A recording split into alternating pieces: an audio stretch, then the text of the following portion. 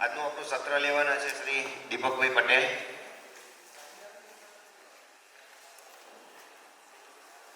હમણે સત્રની અંદર આપણે વાત થઈ કે બહારના રાજ્યવાળા કહેતા હતા કે અમને ગીર ગાય આપો, તો ગોપાલભાઈ ના પાડી હતી ને. તો એની પાછળનું એક કારણ છે, તર્ક છે. તો એ કારણ અને તર્ક શું છે એ પ્રકારનું કામ દીપકભાઈ અત્યારે કરી રહ્યા છે. તો હું કહું એ કરતા એ કહેશે ને તો બહુ વિશેષ સારું રહેશે. અને એમનો વિષય છે ને ખૂબ મહારત એમની હાંસલ થયેલી છે. તો જેટલી ગોપાલભાઈ સુતરિયાને આપણને સાંભળવાની મજા આવી એવી ને એવી જ અહીંયા આવવાની છે, કારણ કે જ્ઞાનનો ભંડાર છે. દીપકભાઈ પણ નિવાસ એમનું કચ્છમાં ગાંધીધામમાં છે. કાંકરેજ ગો સંવર્ધન કેન્દ્રનું સંચાલન કરે છે. તો કાંકરેજ ગાયો એનું સંવર્ધન કરીને એ રીતે એની ઉત્તમ નસ્લ કેવી રીતે કરવી એ કાર્ય કરતી આ સંસ્થા છે. એ સિવાય ગૌ સેવા ગતિવિધિની અંદર પ્રાંતીય ટોળી બનેલી છે. આપણે ગઈકાલે વાત થઈ હતી કે દરેકને એક વિષય આપેલા છે. તો એવી જ રીતે ગૌ સેવા ગતિવિધિની અંદર દીપકભાઈને ગૌ સંવર્ધનનો વિષય આપેલો છે અને એ પણ આપણને એની અંદર માર્ગદર્શન આપે છે. એ સિવાય ગોપાલભાઈની સાથે વાતચીતમાં એક બે વખત રાજીવ દીક્ષિતજીની એક વાત થયેલી હતી. આમ તો હવે વોટ્સએપનો યુગ છે એટલે આપણે એમનાથી તો સ્વર્ગસ્થ રાજીવ દીક્ષિતજીથી પરિચિત છીએ જ. તો દીપકભાઈ પણ રાજીવ દીક્ષિત સ્વદેશી ઉત્થાન સંસ્થા આવી એક સંસ્થા છે એમની બનેલી ઓથેન્ટિક, એ સંસ્થા સાથે જોડાયેલા છે. હું ઓથેન્ટિક શબ્દ બોલ્યો છું એટલે જરા ધ્યાન રાખજો કે માર્કેટની અંદર ભળતા નામ ગણાય છે, બરોબર, રાજીવ દીક્ષિતજીના. તો એ પણ આપણને જરા અત્યારે ધ્યાનમાં રહે. કાંકરેજની અંદર હાલ 200 કાંકરેજી ગોવંશ છે અને એના સંવર્ધનની અંદર છેલ્લા 6 વર્ષથી કાર્ય કરી રહ્યા છે. સાથે બીજા અધિકારી છે શ્રી ઘનશ્યામભાઈ ઈરાણી. એમનું રહેવાનું છે રામપર વેકરા નામનું ગામ, તાલુકો માંડવી, જિલ્લો કચ્છ. એમની પશ્ચિમ કચ્છની અંદર જિલ્લા ગૌ સેવા સંયોજકની જવાબદારી છે. તો એ જિલ્લાની અંદર માતાનો મઢની જે વિસ્તાર આવે છે ત્યાં ગૌ સેવા સંયોજકની કામગીરી સંઘ તરફથી એ કરી રહ્યા છે. અભ્યાસની અંદર વાત કરીએ તો ગ્રામીણ ખેતીની અંદર એ વિષય ઉપર આપણે માસ્ટર ડિગ્રી મેળવેલી છે અને હાલમાં પીએચડીનું કામ ચાલુ છે. એટલે આપણે ગઈ વખતે વાત થઈ તેવી જ રીતે કે ભાઈ બહુ ભણ્યા હોય તો ખેતી ન કરે એવું તો નથી, એ બધું હવે નીકળી ગયું છે. તો એ પ્રમાણે હાલમાં એમનું પીએચડીનું જે છે વિષય એ પણ ગાયને કેન્દ્રમાં રાખીને એમણે પસંદ કર્યો છે અને એમાં કામ ચાલુ છે પીએચડીનું. સાથે સાથે પોતે ખેતીનો વ્યવસાય પણ સંભાળે છે, જોડાયેલા છે એની સાથે. તો આગળનું સત્ર દીપકભાઈ લેશે.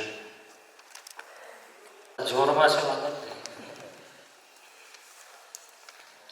આજનો આપણો વિષય છે થોડો ઉજાસ છે એટલે દેખાશે નહીં. ગૌ સંવર્ધન.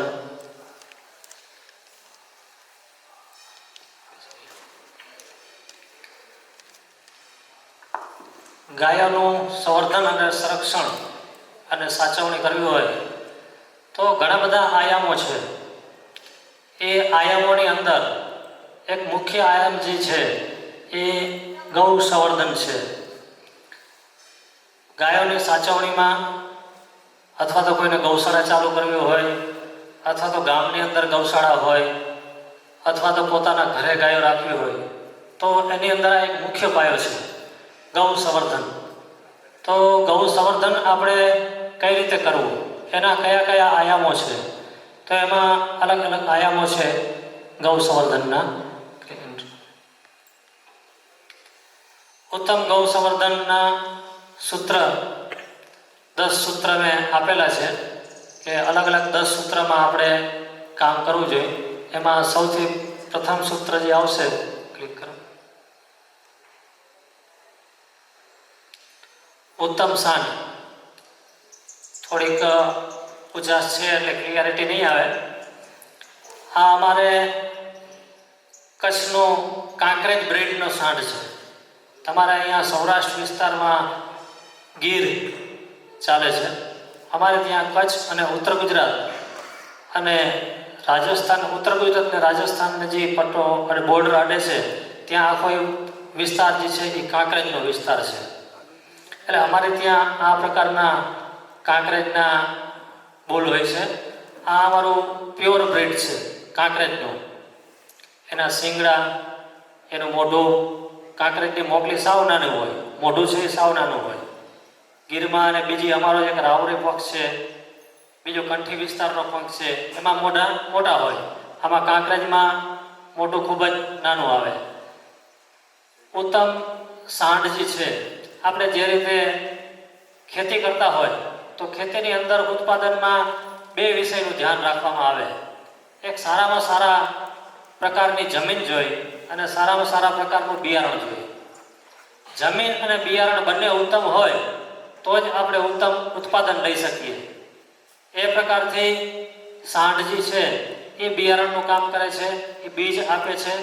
તો બીજ ઉત્તમ પ્રકારનું હોવું જોઈએ, ક્વોલિટીવાળું હોવું જોઈએ, ઓરિજિનલ DNA વાળું હોવું જોઈએ. આપણે કેમ અહીંયા ગુજરાતની અંદર સૌરાષ્ટ્રમાં વાત થાય કે ભાઈ ભાવનગરના રાજાનો વેલો, ગોંડલના રાજાનો વેલો, એ બધા ઓરિજિનલ DNA વાળા છે. આજથી 200, 300, 400 વર્ષ જૂના DNA બ્લડ લાઈન ચાલી આવે છે અને એ પ્યોર DNA છે. એટલે એ બિયારણમાંથી ઉત્તમ સંતતિ જ પેદા થાય, કોઈ હલકી ક્વોલિટીની સંતતિ પેદા ન થાય. એ જ પ્રકારે જમીન, બિયારણ બાદ આપણે ઉત્તમ પ્રકારની જમીન જોઈએ તો ઉત્તમ પ્રકારની ગૌ માતા, સારા પ્રકારની જમીન, ગૌ માતા, જે ઉત્તમ પ્રકારનું DNA હોય જે ગૌ માતાનું, એ ઉત્તમ પ્રકારની ગૌ માતા જોઈ તો જ સારી સંતતિ આપણે પેદા કરી શકીએ. આ અમારી કચ્છની કાંકરેજ જે કહીએ છીએ એ ગૌ માતા છે. પહેલાં આપણે જોઈએ તો એ સાંઢ હતો, આ ગૌ માતા છે. આ બંને ઉત્તમ પ્રકારના જમીન અને બિયારણ સારું હોય તો આપણે ઉત્તમ પ્રકારનું સંતતિ આપણે પેદા કરી શકીએ.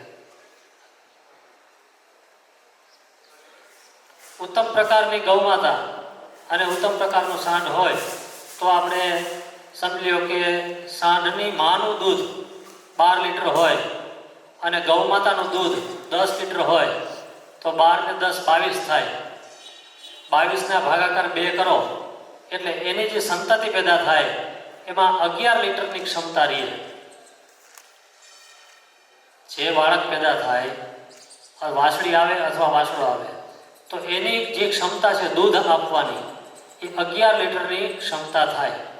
ગૌ માતા જેમ વાછડી એની પેદા થઈ તો એ વાછડીની ક્ષમતા 11 લીટર દૂધ આપવાની ક્ષમતાવાળી વાછડી પેદા થશે, અથવા તો વાછડો પેદા થશે તો એ 11 લીટર દૂધ ઉત્પાદન કરી શકે એવી ક્ષમતાવાળી ગૌવંશ પેદા કરી શકશે. આ સીધો સિદ્ધાંત છે. એટલે ઉત્તમ પ્રકારનું સાંઢ અને ઉત્તમ પ્રકારની ગૌ માતા હોય તો આ બે રીતનું કેલ્ક્યુલેશન આપણે કરી શકીએ. સમજો 10 લીટર ને 12 લીટર છે તો 22, એનું અડધું 11 લીટરનું સંતતિમાં પેદા થશે. આ ઉત્તમ આહાર, ઉત્તમ પ્રકારના સંવર્ધનમાં આપણે ખૂબ જ મુખ્ય વિષય છે. આપણે બધા ગૌ સંવર્ધન કરીએ છીએ, બધા ગૌશાળા છે અથવા તો પર્સનલ ગાયો રાખીએ છીએ, ઘણું બધું કરીએ છીએ. પણ સૌથી મોટો પ્રશ્ન ગૌશાળાની અંદર અને ઘરે ઘરે ગાયો રાખવામાં અત્યારે એ છે કે બીમારીઓ ઘટતી જ નથી. ગૌ માતાને બીમારીઓ એટલી આવે છે કે હાલતા 15 દિવસે, 20 દિવસે, 10 દિવસે ડૉક્ટરોની વિઝિટ, દવાઓમાંથી, ખર્ચામાંથી તમે ઊંચા ના આવો. એનું કારણ એક જ છે કે આપણો જે ખોરાક દેવાની પદ્ધતિ છે એ આપણે બગડી ગઈ છે. ખોરાક દેવાની જે પદ્ધતિ છે એ સંપૂર્ણ અલગ પદ્ધતિ થઈ ગઈ છે. કારણ કે આપણે પશ્ચિમના આવરણમાં આવ્યા પછી જે રેડીમેડ મટીરિયલ મળે છે તૈયાર માર્કેટમાંથી, તરત જ જાહેરાત આવે કે તમે આનું આ વસ્તુ ખવડાવો તો 24 કલાકમાં દૂધ વધી જાય, આ વસ્તુ ખવડાવો તો 24 કલાકમાં દૂધ વધી જાય. આ પ્રકારની લોભામણી જાહેરાતો આવે છે અને એના કારણે આપણે માર્કેટમાંથી જે તૈયાર ખોરાક મળે છે એ આપણે લઈએ છીએ અને ગૌ માતાને અને ગૌવંશને આપીએ છીએ. એના કારણે બીમારીઓ ખૂબ જ આવે છે.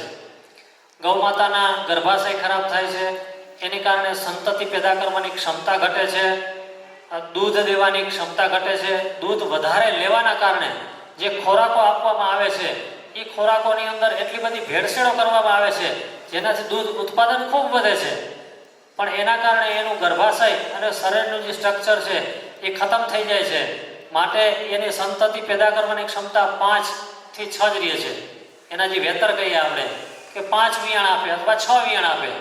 6ઠે 7મે વિયાણ તો એની દૂધ દેવાની ક્ષમતા અને વિયાણ કરવાની ક્ષમતા જ ન હોય. અથવા તો વારંવાર ઉથલા વારવા માંડે કારણ કે એનો ગર્ભાશય ખતમ થઈ ગયો હોય. તો આનું સૌથી મોટું કારણ જ એ છે કે આપણે ખોરાકમાં ખ્યાલ નથી રાખતા. તૈયાર રેડીમેડ ઘણી કંપનીના રાજદાણ આવે છે, કપાસિયા ખોળ આવે છે. કપાસિયા ખોળ છે એ સંપૂર્ણ બીટી કોટન છે. જેનેટિકલ મોડિફાઈડ સીડ્સમાં જે બીટી છે એ જેનેટિકલ મોડિફાઈડ સીડ્સ છે. જેનેટિકલ મોડિફાઈડ સીડ્સ એવું હોય કે જેની અંદર એવા જંતુઓ નાખેલા હોય કે કપાસ વાવ્યા પછી એના ઉપર જીવાત ન ચડે એવા સેલ્સ એમાં નાખેલા છે કે કપાસ વાવે તો ઉપર એવી જીવાત ન ચડે કે ભાઈ એને મારી નાખે, ચડે તેને ખાય તો એ ખોરાક આપણે ખાવાથી શું થાય? આપણી ગૌમાતા એ ખોરાક ખાય તો શું થાય? એને પણ એ જ અસર થાય. એનું તેલ આપણે ખાય તો આપણે પણ એ જ અસર થાય. એટલે આ આખી સાયકલ બંધાયેલી છે. તો બજારના જે તૈયાર ખોળ ભૂસા બધું મળે છે એ આપણે ન દેવું જોઈએ. એ જ રીતે ભૂસાની અંદર છે, ઘઉંના ભૂસા જે માર્કેટમાંથી આપણે તૈયાર લઈએ છીએ એમાં લાકડાનો વેર મિક્સ કરવામાં આવે છે, ઘણું બધું નાખવામાં આવે છે. તો આવી મિક્સવાળી વસ્તુઓ મળી ગઈ છે કારણ કે આજે વેપારનો યુગ છે. આજે યુગ છે ને વ્યાપારનો યુગ છે. 25 રૂપિયાની કોઈ કિલો વસ્તુ હું વેચતો હોઉં તો બીજો વેપારી બાજુમાં આવીને એમ કે હું તમને 24 રૂપિયામાં આપીશ. 24 રૂપિયા વાળો ત્રીજે દિવસે 23 રૂપિયામાં આવી જશે. એટલે કોમ્પિટિશન કરી અને વસ્તુ વેચવી છે. એટલે વ્યાપારના યુગમાં શું થશે? વધારે ને વધારે વેપાર કરવા માટે થઈને વેપારીએ ખોટું કરવું પડશે. અને આ ખોટું કરવામાં વસ્તુ ખોટી આવી જાય. એ ખોટી વસ્તુ આપણે ગૌમાતાને અને આપણે આપણા પોતાના શરીરમાં પણ નાખીએ છીએ. એના કારણે આખા સમાજનું અને રાષ્ટ્રનું નુકસાન થઈ રહ્યું છે. તો આપણે પહેલા પરંપરાગત વ્યવસ્થાઓમાં પાછું જવું પડશે. આપણા બાપદાદા શું કરતા હતા? આપણા બાપદાદા ક્યાંય રાજદાણ તૈયાર લેવા જતા હતા? ખોળ ભૂસો ક્યાંય તૈયાર લેવા જતા હતા? ક્યાંય નહોતા જતા. આપણે ઘરે જ પોતે વાવતા હતા અથવા તો આપણા ભાઈઓ વાવેતર કરતા હતા, એની પાસેથી આપણે અદલા બદલીમાં વસ્તુ ખરીદતા હતા. એમાં હતું સૌથી ઉત્તમમાં ગુવાર, પછી જવ અને દેશી કપાસિયા. કાળા કપાસનું કદાચ તમે દેશીમાં નામ સાંભળ્યું હશે. અત્યારે વિરમગામ ને સુરેન્દ્રનગર ને આ પટ્ટા આખામાં જે કાળા કપાસ વવાય છે એ આજની તારીખમાં દેશી કપાસ વવાય છે. બાકી બધી જગ્યાએ પિયતવાળી જમીન થઈ ગઈ એટલે દેશી કપાસ હવે કોઈ વાવતું નથી. એનું કારણ એ છે કે આપણા પાણીના સ્ત્રોત વધી ગયા, જમીનમાંથી પાણી પમ્પિંગ કરવા માંડ્યા, 365 દિવસ ખેતી કરવા લાગ્યા. એટલે દેશી કપાસોની જાત અને આવી અનેક દેશી બિયારણોની જાત, બીજા ઘણા બધા દેશી બાજરા હતા, દેશી જુવાર હતી, દેશી બિયારણો બધા ખતમ થઈ ગયા. કારણ કે એ બધા છે ને વરસાદી પાણીના હતા. વરસાદી પાણીમાં ખૂબ સારા ઉત્પાદન થતા. અને જેવું આપણે જમીનમાંથી પાણી ખેંચી અને 3 પાક 365 દિવસ લેવા માંડ્યા, એમાં બીજની નસલો આપણે ખતમ થઈ ગઈ. સારા ઉત્પાદનો કરવા માટે આપણે બિયારણો બદલી નાખ્યા, એના કારણે આ બધું ખતમ થઈ ગયું છે. તો આ જ જગ્યાએ આપણે ગુવાર, જવ અને કપાસિયા આપણે ગૌમાતાને ખવડાવી શકીએ. ખવડાવવાની પદ્ધતિ જે છે ગુવાર, જવ અને કપાસિયા, આ બધું આપણે બાફીને ખવડાવવું પડે. આપણે હવે તકલીફ ક્યાં થઈ છે કે આપણે મહેનત કરતા બંધ થઈ ગયા છીએ. આપણે ગૌશાળાનું મેનેજમેન્ટ કરીએ છીએ પણ ગૌશાળાની અંદર મહેનત નથી કરતા. 2 ગાય ને 4 ગાય ઘરે રાખી દઈએ છીએ પણ એના માટેની આપણી મહેનત સંપૂર્ણ બંધ થઈ ગઈ છે. ખરેખર આપણે બાફીને જ ખવડાવવું જોઈએ. જવ, ગુવાર, કપાસિયા આ બધું બાફીને ખવડાવો તો એની ક્ષમતા અને ડાયજેશન ક્ષમતા, જે પાચન ક્રિયા છે એ સરળતાથી ગૌમાતાને થાય. અને પાચન થવાથી જો ખોરાક પાચન થાય તો એમાંથી જ બધા તત્વ મળે, એ તત્વમાંથી જ બધા દૂધ બને અને એ દૂધમાંથી જ બધા ન્યુટ્રિશન વેલ્યુ આપને મળશે. આ આખી સાયકલ છે. તમે કોઈ પણ ખોરાક ખવડાવો જ્યાં સુધીનું પાચન ન થાય અને પાચન થયા વગર ગોબરમાં નીકળી જાય તો તત્વ શું મળે ગૌમાતાને? કોઈ પ્રકારના ન મળે. તો પાચન કરવા માટે થઈ અને આપણે એને બાફીને ખવડાવવું પડે છે. વ્યવસ્થિત બાફી અને આપણે જો ખવડાવીએ તો સારામાં સારી ક્વોલિટીનો ખોરાક એને મળે. કોઈ પણ પ્રકારનું ઘઉંનો ભૂસો કે ભરડું કે મિક્સ કરવાની જરૂર નથી. મિક્સ તમે શું કરી શકો? એની સાથે સૂકો ચરો કાંઈ પણ તમે મિક્સ કરી શકો. જેમ તમે ઘઉંનું વાવેતર કરો તો ઘઉંનું ભૂસું નીકળે, એ તમે મિક્સ કરી શકો છો. એ જ રીતે ગોવાર છે, ગોવારની ગોવાદરી અને ગોવાર જ્યારે કાઢો ત્યારે એનું ઝીણું ભૂસું નીકળે, એ પણ સાથે મિક્સ કરી શકો છો. સાથે સાથે ખોળ, તેલીબિયા પદાર્થ આપણે બીજું કાંઈ નથી આપતા. ગુવારની અંદર પણ તેલની માત્રા હોય છે. વત્તા પણ તમારે જો તેલ મિક્સ કરવું હોય તો એમાં તમારે જે અત્યારે લગભગ ખેડૂતો મગફળી વાવે છે ઓર્ગેનિક મગફળી વાવ્યા પછી ઓર્ગેનિક મગફળીનો ખોળ તેલ કાઢ્યા પછી એ ખોળ તમે આની અંદર ઉમેરી શકો, પણ એની માત્રા છે એ ક્ષમતા ખૂબ ઓછી હોય છે. સારી ઘાણીમાં કઢાવેલો, લાકડાની ઘાણી, દેશી ઘાણીમાં કઢાવીએ તો તેલની માત્રા ખૂબ જ રહે છે એમાં. એ તેલની માત્રાવાળો ખોળ એક ગાયને ઓછામાં ઓછો 100 ગ્રામથી લઈ અને 200 ગ્રામ સુધી એક ગાયને આપી શકીએ, એનાથી વધારે ન દેવું, કારણ કે પછી એ ગરમ લાગે. પણ એની જ જગ્યાએ તમે જવ આપો છો એ ઠંડા છે, એટલે જવની સાથે તમે મગફળીનો ખોળ મિક્સ કરીને તમે આપી શકો છો. ખાલી મગફળીનો ખોળ તમે દેવા જશો તો ગરમ લાગશે, એટલે જવ એની સાથે દેવા જરૂરી છે. એટલે જવ, ગુવાર, કપાસિયા અને મગફળીનો ખોળ, એ જ રીતે તલનો ખોળ છે, એ જ રીતે ટોપરાનો ખોળ છે. પણ આ બધી વસ્તુ આપણી નજરની સામે બનેલી હોય અને પ્રત્યક્ષ આપણે આપીએ ને એટલી અતિ ઉત્તમ, અથવા તો બનાવવાળો જે છે એ આપણો જાણીતો હોવો જોઈએ, ઓળખીતો હોવો જોઈએ, આપણે એના ઉપર વિશ્વાસ હોવો જોઈએ કે આ શુદ્ધ અને સાચી વસ્તુ આપશે તો આપણે એ ખવડાવી જોઈએ. ગુવાર, જવ, આ બધું તમે એમ કહેશો કે ગુવાર આપણે તો દર વર્ષે કઈ રીતે વાવવા, જમીન આપણી પાસે ઓછી છે, બાગાયત બધી જમીન કરી નાખી છે, બાગાયત સિવાયની ખુલ્લી જમીન કોઈ રાખી નથી. તો બાગાયતમાં જેમ આંબાનો પાક હોય અથવા તો બીજા કોઈ મોટા પાક હોય, બોરડીના પાક હોય, તો વરસાદની સિઝનમાં ગુવારને કાંઈ નથી કરવું પડતું. ગુવારને વરસાદની સિઝનમાં બાગાયતમાં વચ્ચે તમે નાખી દો, કોઈ પળોજળ નથી, એને કોઈ ઉછેર કરવાની જરૂર નથી, ઓટોમેટિક એનું ઉત્પાદન આપી દેશે. નથી કાંઈ છંટકાવ કરવો પડતો, નથી કોઈ કરવું પડતું. હું દર વર્ષે છેલ્લા 5 વર્ષથી 25 એકર જમીનમાં ગુવાર નાખું છું અને એમાંથી જ ઉત્પાદન લઈ અને મારી 200 ગૌ માતાનું ખવડાવું છું બધાને. એમાં કાંઈ કરવું નથી પડતું. 5 એકર મારી પોતાની જમીન છે અને 20 એકર એક પડોશીની જમીન છે, દર વર્ષે વાવવા દે છે. એમાંથી લગભગ મારે 50 કિલોની 80 થી 90 ગુણી જેવું થઈ જાય છે અને આ હું ગૌ માતાને ખવડાવું છું. એનો વતરો પણ, કટિંગ પણ કામ આવી જાય, આ પણ કામ આવી જાય. જવ હું રાજસ્થાનથી લઉં છું, જવ અને ગુવાર બંને મિક્સ કરી અને આનો ખોળ, ઓર્ગેનિક જે મગફળીનું તેલ કાઢતા હોય એની પાસેથી ખોળ લઈ લે છે, લાકડાની ઘાણીના ખોળ મળી જાય છે. આ રીતે અતિ ઉત્તમ સાયકલ મારી ચાલે છે. એટલે ખોરાકમાં, ઉત્તમ આહારમાં ખાસ આ વસ્તુ ધ્યાન રાખવા જેવી છે. તો માર્કેટમાંથી ભેળસેળવાળી વસ્તુ આપણે બંધ કરી દઈ અને દેશી પદ્ધતિથી જે આપણી વસ્તુ મળે છે એ ગૌ માતાને આપીએ તો એનું આયુષ્ય વધે, ઉત્તમ ખોરાક મળે, આપણે પણ ઉત્તમ ખોરાક મળે અને ગૌ માતાની જે જન્મ આપવાની ક્ષમતા છે એ ખૂબ જ લાંબી જશે. અત્યારે જન્મ આપવાની ઓરિજિનલ ભારત દેશની જે દેશી ગાય હતી એની ક્ષમતા 20 થી 22 વેતરની હતી, જે અત્યારે વધારેમાં વધારે 10 થી 12 વેતર રહી છે. ગોપાલભાઈને ત્યાં 15-15, 16-16 વેતર છે. એનું કારણ એ જ છે કે સાત્વિક અને શુદ્ધ ખોરાક છે, એનું કારણ છે. અને ઓરિજિનલ ડીએનએ એની ગૌ માતા છે એટલે એની એટલી ક્ષમતા છે. બાકી ગમે ત્યાં તમે પૂછો 10-12 થી ક્યાંય વેતર આગળ નહીં વધે અને મિનિમમ 4 થી 5 વેતર જ અત્યારે છે બધી જગ્યાએ. 5-6 વેતર પછી ગૌ માતા વિયાણ નથી આપતી અથવા તો બીમાર થઈ જાય છે. નેક્સ્ટ. એ જ રીતે ઉત્તમ આહાર, લીલો ચરો અને સૂકો ચરો. જેમ આપણે ખાણદાણની વાત થઈ ગઈ એ જ રીતે લીલો ચરો અને સૂકો ચરો આપણે શું આપવો? તો સામાન્ય રીતે લીલો ચરામાં સૌથી ઉત્તમ જે છે એ જુવાર, સૌથી ઉત્તમ. નંબર 1 ગૌ માતાને ખાવામાં જે આવે છે ગૌવંશને, એ જુવાર અતિ ઉત્તમ.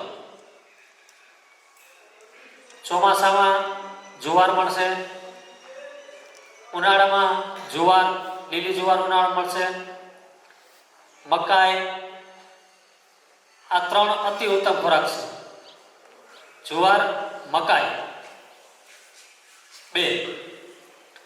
ત્રીજું, વધારે ગાયો જેણે રાખી છે, ગૌ સંવર્ધન જે લોકો કરે છે કે જેને 20 થી વધારે ગાયો છે, 20, 25, 30, 50, 100 ગાયો છે, તો એને વારંવાર ખેડ કરી, વારંવાર વાવેતર કરી અને વારંવાર વાઢી એવો સમય રહેતો નથી અને ખૂબ જ સમય જાય છે અને સમય ખૂબ વેડફાય છે. એને હમણાં જે નવું નેપિયર નીકળ્યું છે, C4, C5, સુપર નેપિયર, એ બધી જગ્યાએ ચાલી શકે છે. લગભગ ગૌશાળામાં બધી જગ્યાએ લાગેલું છે. પણ નંબર 1 માં જે આવે છે એ જુવાર આવે છે, નંબર 2 માં આવે છે એ મકાઈ આવે છે, સૌથી છેલ્લે છે એ નેપિયર છે. એનું કારણ છે સંપૂર્ણપણે સાત્વિક ખોરાક જેને કહેવાય એ જુવાર છે. બધા પ્રકારના ન્યુટ્રિશન અગર દેવા છે ગૌ માતાને તો એ જુવાર જ છે. દૂધણી ગાયને નેપિયર આપવું થોડુંક અઘરું પડશે. દૂધની ગાય માટે નેપિયર એ અતિ ઉત્તમ આહારમાં નહીં આવે. અતિ ઉત્તમ આહારમાં મકાઈ અને જુવાર જ આવશે દૂધની ગાયમાં. પ્રયોગ તમે પોતે પણ કરી શકો છો. જેને નેપિયર વાવ્યું હોય એ જુવાર અને નેપિયર બંનેનો પ્રયોગ કરી લે. 1 મહિનો જુવાર આપવાની અને ગાયનું દૂધ લખવાનું, અને બીજો મહિનો પાછી નેપિયર આપવાનું અને ગાયનું દૂધ રોજ સવાર સાંજ લખવાનું. બંને મહિનામાં તમને તફાવત દેખાઈ જશે. કારણ કે જે તત્વવાળી વસ્તુ છે એ જુવાર અને મકાઈ છે. સૌથી ઉત્તમ જુવારમાં તત્વ છે.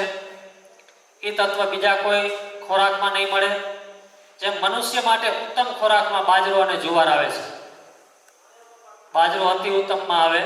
બાજરાની અંદર બધી ન્યુટ્રિશન વેલ્યુ મનુષ્યને જડી રહે. એ જ જગ્યાએ જો તમે ઘઉંમાં જાઓ તો ન્યુટ્રિશન વેલ્યુ ડાઉન થઈ જશે. એની જ જગ્યાએ ઘઉંની બનાવેલી અલગ અલગ પ્રકારની વાનગીઓ, બ્રેડ, પીઝા, બર્ગર એમાં જાઓ તો એમાં કોઈ પ્રકારની ન્યુટ્રિશન વેલ્યુ જળતી નથી. એ જ રીતે સૌથી ઉત્તમ બાજરાના રોટલા જેવો જુવાર છે ગૌ માતા માટે. એટલે દૂધણી ગાયોને જ્યાં સુધી બની શકે ત્યાં સુધી જુવાર સિવાય કોઈ વસ્તુ ના આપવી, મકાઈ સિવાય કોઈ વસ્તુ ના આપવી ઉત્તમ આહારમાં. જે લોકોએ ક્વોન્ટિટીમાં ગૌ માતા રાખી છે અને જે ડ્રાય ગૌ માતા છે, જે દૂધ નથી આપતી ગૌ માતા, એ ગૌ માતાને નેપિયરનું કટિંગ આપણે ખવડાવી શકીએ. પણ એની સાથે સત્તાવારી દેવી જરૂરી છે. ન્યુટ્રિશન વેલ્યુ વાળું વસ્તુ કોઈક ને કોઈક દેવી જરૂરી છે. જેમ સત્તાવારી છે, અથવા તો અઠવાડિયામાં 2 વખત આપણે કઠોળ આપી દીધો. ગુવારની ચૂની છે, અડદની ચૂની છે, મગની ચૂની છે, તૈયાર ભૂસું એનું માર્કેટમાં મળે છે. જો તમે 100% આજ આપતા હોય તો એની સાથે આ વસ્તુ તમારે મિક્સમાં દેવી પડશે. ખાલી નેપિયર નહીં ચાલે. નેપિયર એક ગૌ માતાને ટકાવી રાખવા માટે છે. એક પેટ ભરતી અને મિનિમમ ન્યુટ્રિશનવાળી વસ્તુ છે. એની સાથે સારી ન્યુટ્રિશનવાળી વસ્તુ આપણે આ આપવી પડશે. એ જ રીતે સૂકી જુવારનો પણ આપણે સ્ટોરેજ કરી શકીએ છીએ. ચોમાસામાં આપણે સૂકી જુવાર ખવડાવી શકીએ છીએ. શિયાળામાં પણ સૂકી જુવાર ખવડાવી શકીએ છીએ. અને અત્યારે તો હવે તાજી જુવાર આવવા માંડી છે એટલે અત્યારે સુકાયેલી તાજી જુવાર પણ આપણે ખવડાવી શકીએ છીએ. એ જ રીતે જુવારની અંદર બને ત્યાં સુધી કટિંગ કરીને સ્ટોરેજ કરીને ન રાખવું. બને ત્યાં સુધી આખો રાડો જ રાખવો. જ્યાં સુધી આખો રાડો હશે ત્યાં સુધી એ જુવાર સુકાશે નહીં. આપણે અત્યારે જમાનો છે ને એક ફાસ્ટ થઈ ગયો છે. પશ્ચિમની દ્રષ્ટિ આવવાના કારણે કામમાં કેમ સગવડ થાય, ઓછી મહેનત કેમ કરવી પડે, તરત દાનને મહાપુણ્ય કેમ થઈ જાય, આ વ્યવસ્થા સમાજને નુકસાન કરે છે. જુવારનું કટિંગ કરી લેવાથી શું થાય? જુવારનું કટિંગ કરી લેવાથી ડ્રાય થઈ જાય, સુકાઈ જાય. જ્યારે જુવાર 100% સુકાઈ જાય છે ત્યારે એની ન્યુટ્રિશન વેલ્યુ એમાંથી ખતમ થવાનું ચાલુ થઈ જાય છે. 100% જ્યારે જુવાર સુકાઈ જાય છે ત્યારે એમાંથી એની ન્યુટ્રિશન વેલ્યુ ખતમ થવાની ચાલુ થઈ જાય છે. કુદરતે એવી ક્ષમતા એની અંદર આપી છે જુવારની અંદર કે 2 મહિના સુધી જુવાર એમને ઊભી હોય તો એની અંદર લીલાશ હોય. આ ક્ષમતા કુદરતે આપી છે. પણ એને ફટાફટ સુકાવી અને ઢગલો કરવાની આવડત મનુષ્યએ આપી. કુદરતે સિસ્ટમ સારી જ આપી હતી પણ આપણે સિસ્ટમને પરિવર્તિત કરી. એ પદ્ધતિને પાછી આપણે પ્રસ્થાપિત કરીએ એટલે જે ઓઘો ઊભો હોય એ ઓઘામાં જ રહેવા દો, અથવા તો એવા કોઈ ઓઘા ઊભા કરો કે જેમાંથી એ ટકી રહે. એનું જે ભેજ છે ને જુવારની અંદર એ માઇનર ટકી રહે, સાવ સંપૂર્ણ ખાલી ન થાય. એટલે આખા વર્ષનો આપણે સ્ટોક કરવા જાય, આખું વર્ષ આપણે ખવડાવીએ એવું ન થવું જોઈએ. સિઝન પ્રમાણે લીલું, ઉનાળામાં આખો ઉનાળો તમે લીલું ખવડાવો, લીલી જુવાર ખવડાવો, કોઈ તકલીફ નહીં થાય. ચોમાસા અને શિયાળુ, જેમ અત્યારે જુવાર નીકળી ગઈ છે તો હવે શિયાળુ અને ચોમાસું જુવાર ચલાવો ચાલશે, વચ્ચે મકાઈ ચલાવો એ ચાલશે, એટલે બંને મિક્સમાં આપો તો આપણે એક આ સાયકલ આખી પકડાઈ જશે. તો બની શકે તો લીલી જુવાર જ્યારે આપણે ઊભી કરી દીધી, ઓઘા કરી દીધા, પછી ધીમે ધીમે સુકાતી જાય, એમ ધીમે ધીમે ખવડાવતા જાઓ તો દૂધની માત્રામાં પણ એટલો ફરક નહીં પડે. અને જુવાર ખવડાવવાથી તરત જ દૂધમાં તમને કેલ્ક્યુલેશનમાં એ પણ ઓર્ગેનિક જુવાર ખવડાવવાથી તરત જ તમને દૂધમાં વેરિએશન દેખાશે, તરત જ દેખાય છે. ઓછામાં ઓછું 300 લીટરથી લઈ એક ગાયનું મિનિમમ એક ટાઈમનું 300 ml થી લઈ અને 800 ml સુધી મેં નોંધ કરેલી છે એક ગાયનું એક સમયનું. આવું 2 સમયનું થાય અને 10 ગાય હોય તો કેટલું કેલ્ક્યુલેશન થાય, ક્યાં પહોંચે? એટલે આ રીતે બધું કેલ્ક્યુલેશન કરીએ તો ગૌશાળાઓ ફાયદામાં જાય. નેક્સ્ટ. એ જ રીતે આપણે એક સૌથી મોટી સમાજને જે ખોટ ગઈ છે એ ગોચર જમીનની, ગોચર જમીનનો વિકાસ કરવો. ગૌ માતાના સંવર્ધન અને સંરક્ષણમાં જે સૌથી મોટી સમાજને ખોટ ગઈ હોય તો એ ગોચર જમીન આપણા સમાજની ખતમ થઈ ગઈ છે અને મહદઅંશે એના આપણે એક ભાગીદાર છીએ. કોઈને કોઈ જગ્યાએ ભલે આપણે કોઈની જમીન દબાવી નથી, ગોચર જમીન દબાવી નથી, પણ ગોચર જમીન આપણા જે ગામમાં છે એ જમીનનો વિકાસ પણ નથી કર્યો આપણે, એ જમીનનું પતન કર્યું છે આપણે. આપણા વડવા, આપણી બીજી પેઢી, આપણા બાપ દાદાને તમે પૂછો, ગોચર જમીન સફાઈ કરતા, એનું સંરક્ષણ કરતા અને સંવર્ધન કરતા. ગોચર જમીનનું અને ગામના તળાવનું આ જવાબદારી આપણા વડવાઓ પાસે હતી, એ આપણે મૂકી દીધી. આપણે એ ફરજ ચૂક્યા, એના કારણે જે ગોચર જમીન છે એ ખતમ થઈ ગઈ અને આપણે ગૌ માતાનો 50% થી 60% ખર્ચ જે છે એ ગોચર જમીન ઉપાડી લેતો હતો, એ આપણું વિજ્ઞાન મગજમાંથી નીકળી. ગોચર જમીન જરૂર નથી, ત્યાં તો બાવળ ઉગે, ત્યાં ઘાસ ઉગે નહીં, એની સામે ધ્યાન ના દઈએ, કોઈ જોવા ન જાય. એની જ જગ્યાએ જો ગોચર જમીનનો વિકાસ થાય તો સારામાં સારું ગાય છે ને, ગાય એ ઘરે ઊભી હશે ને તો બીમાર થશે.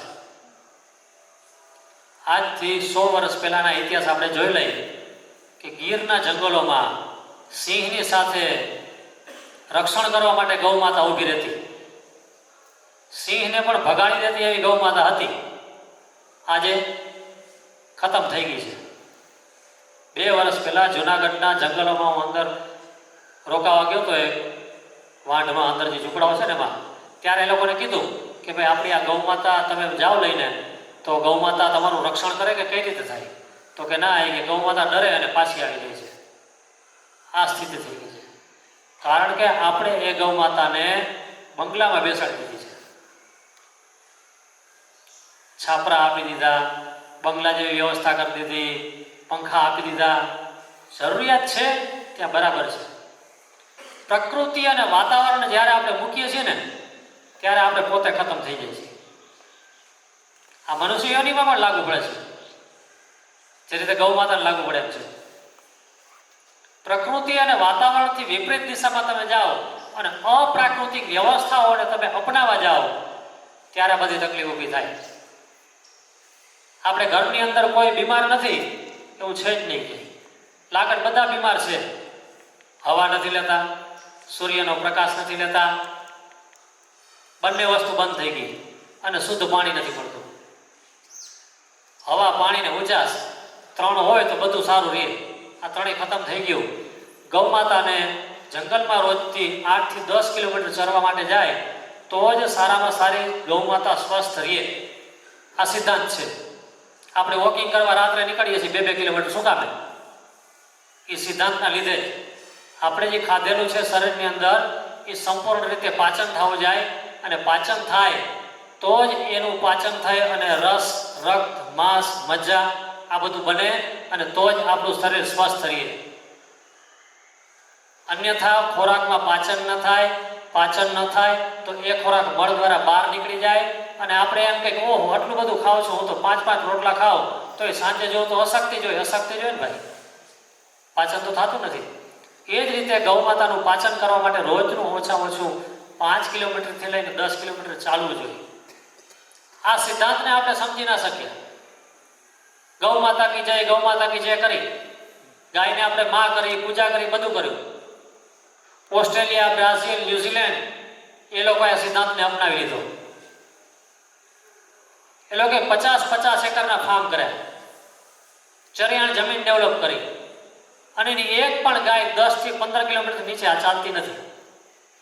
10 કિલોમીટરથી વધારે જ ચાલે છે, કારણ કે ચાલવાથી દૂધ દેવાની ક્ષમતા વધી ગઈ. એ લોકો તો વૈજ્ઞાનિક છે, વૈજ્ઞાનિક ઢબથી વિચારે છે. વિશેષ જ્ઞાન ને વિજ્ઞાન તો ભારત જ હતું, વિશ્વ પાસે કઈ જ્ઞાન જ નહોતું. પણ એ જ્ઞાન આપણી પાસેથી નેસ્તો નાબૂદ થઈ ગયું છેલ્લા 100 વર્ષમાં. પશ્ચિમના આવરણના કારણે, પશ્ચિમની શિક્ષાના કારણે આપણી પાસે શું છે, આપણી ક્ષમતા શું છે, આપણી પાસે પડોશમાં રહેલી ક્ષમતા શું છે, એ બધું આપણે ભૂલતા ગયા. વિદેશી ટેકનોલોજીએ, ટેલિવિઝન અને ઇલેક્ટ્રોનિક મીડિયાએ જે જ્ઞાન આપ્યું, એ જ્ઞાનના આધારે અત્યારે આપણે જીવન જીવીએ છીએ. એના જ આધારે આપણે બધું કરીએ છીએ.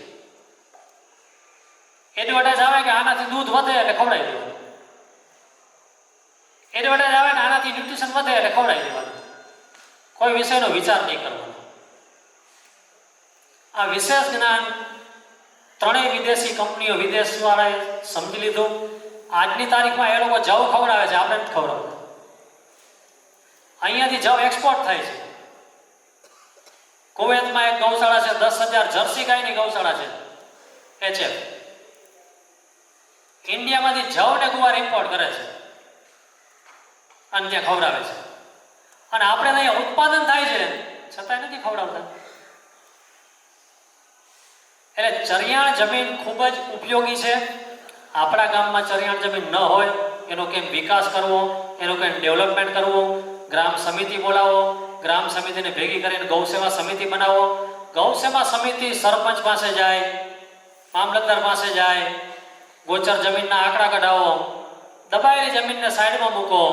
જે જમીન તૈયાર છે, જેના ઉપર કંઈ દબાણ નથી થયું, ખાલી 20 એકર હોય ને તોય પણ કામ આવશે, 10 એકર હશે તો પણ કામ આવશે.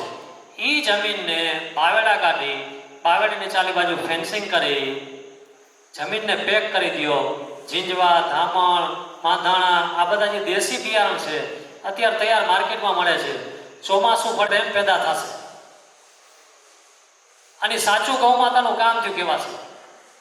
એટલે ગોચર જમીન ખૂબ જ ઉપયોગી છે.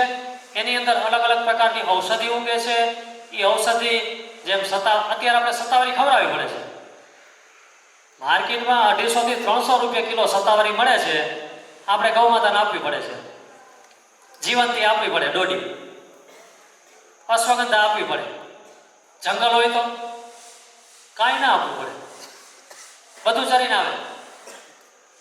એટલે સાવ સામાન્ય બાબત છે, પણ એ સામાન્ય બાબત ઉપર આપણું ફોકસ નથી, આપણું હજી એ બાજુ દ્રષ્ટિ નથી ગઈ. એ દ્રષ્ટિ દોરવી અને ગામની ગોચર ગમે એમ કરીને ડેવલપ કરવી, એ ડેવલપમેન્ટ થશે તો આપણે એમાં આગળ વધી શકશું. 2 પૈસાનો જે ગૌ માતા રાખશે એને ફાયદો થશે, સમાજને ફાયદો થશે, અને એ ફાયદો રાષ્ટ્રને જશે આગળ.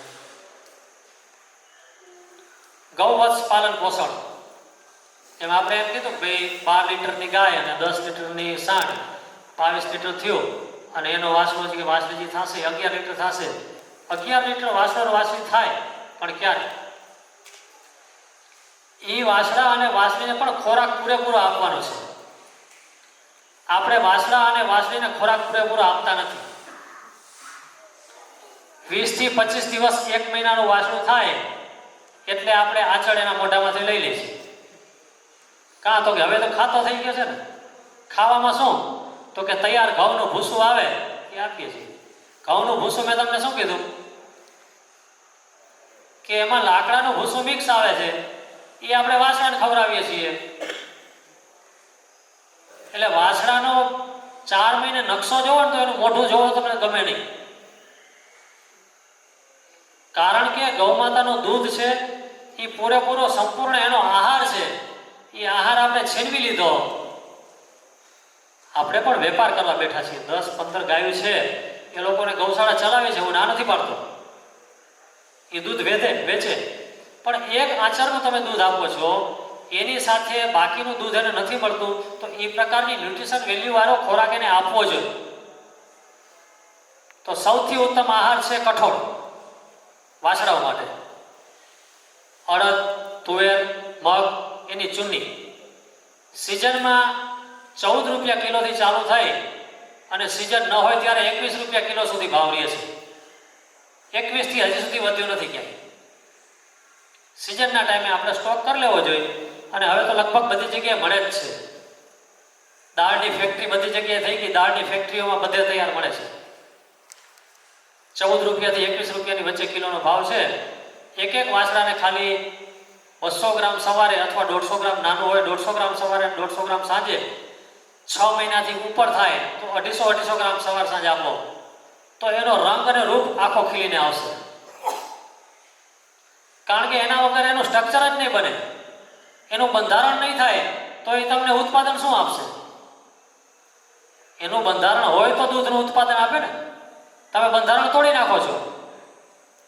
એટલે 2.5 થી 3 વર્ષના વચ્ચે એ ગાય ગરમીમાં આવે અને ફળવાની સ્થિતિમાં આવે, અને 3.5 થી 4 વર્ષે ગાય જ્યારે વીણાય ત્યારે તમે એને ખોરાક ચાલુ કરો છો. ત્યાં સુધી કોઈ વસ્તુ આપણે ન્યુટ્રિશન વાળી એને દેતા નથી. પછી વાછડું ઉત્પાદન કેમ આપે? તો આ ન્યુટ્રિશન વાળો એને ખોરાક આપવો જોઈએ, તો જ સારું ઉત્પાદન આપે. અને એ ઉત્પાદન આપણે એમ વિચારીએ કે એ બાયબેક ક્યારે થાય? જ્યારે એ વાછડી દૂધ દેવાનું ચાલુ કરે ત્યારે એ પૈસા આપણે રિટર્ન મળે.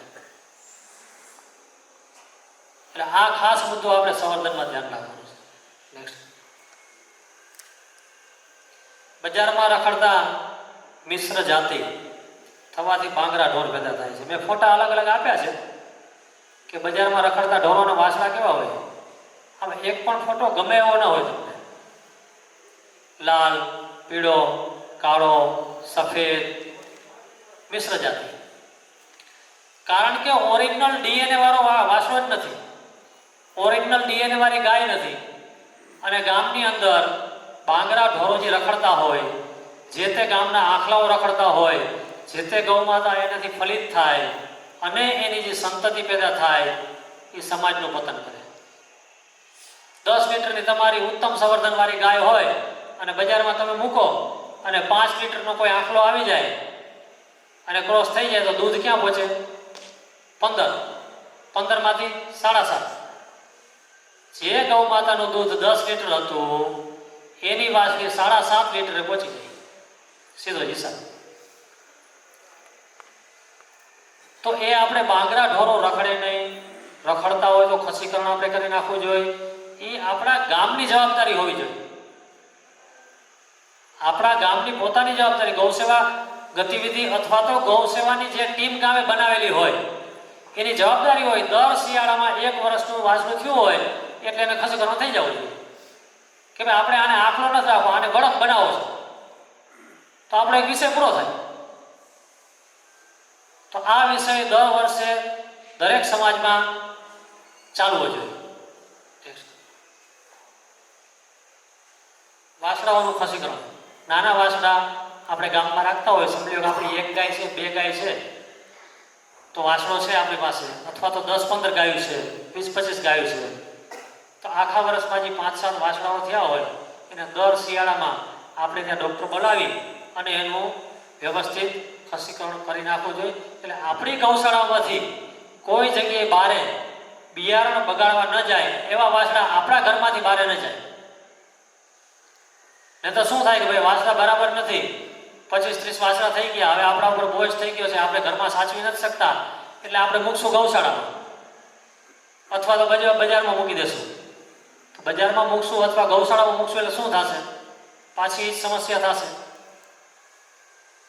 જે તે ગૌ માતાની સાથે ફલિનકરણ થાય એટલે સંતતિ ડાઉન થાય, દૂધ ઘટે, ક્વોલિટી ઘટે, ઓરિજિનલ ડીએનએ હોય એ ખતમ થઈ જાય. એટલે આ ખાસ મુદ્દો ધ્યાન રાખવાનો. દરેક ગૌસેવા ગતિવિધિના કાર્યકર્તાઓએ ધ્યાન રાખવો કે ગામની અંદર એક ટીમ બનાવી એના અલગ અલગ કામો છે, એ ગૌસેવા ગતિવિધિની ટીમ આ કામ કરતી રહે, કાર્યરત રહે, એમાં આ કામ કરવા જ જોઈએ. એ જ રીતે બળદ બન્યા પછી એનો ઉપયોગ શું? આપણે સંપૂર્ણ ઉપયોગ બંધ કરી દીધો. બળદગાડા હાલતા આ ટાઈપના. હવે અલગ અલગ પ્રકારના રથ પણ બનાવ્યા છે. કુકમાં મનોજભાઈને ઓળખતા હશો, એણે 4 પ્રકારના અલગ અલગ પ્રકારના રથ બનાવ્યા છે. માલ પરિવહન માટે રથ બનાવ્યો છે. પછી આપણે જે સંતો મહંતોની પાલખી નીકળે એના માટેનો એક રથ બનાવ્યો છે. પછી એક શિશુ રથ બનાવ્યો છે કે ભાઈ આપણે સ્કૂલે જતા હોય બાળકો, એના માટેનો બળદથી ચાલતો એવો રથ બનાવ્યો છે. અને સામાન્ય લોકોને પરિવહન કરવાનો રથ. આ પ્રકારના 4 મોડલ મનોજભાઈ બનાવ્યા છે. આવા મોડલો ગૌ સેવાની ટીમ દ્વારા ગામની અંદર પ્રસ્થાપિત થવા જોઈએ. આપણે નહીં કરીએ તો બીજું કોણ કરશે? જે કરી શકે એ જ સમાજ અત્યારે ભેગો થયો છે અને એ જ કરી શકશે. બાકીના કોઈ કરવાના જ નથી, કારણ કે એ આવે તો કરવાના હોત તો અહીં આવી ગયા હોત. એટલે આપણે જ પ્રયત્ન કરવો પડશે.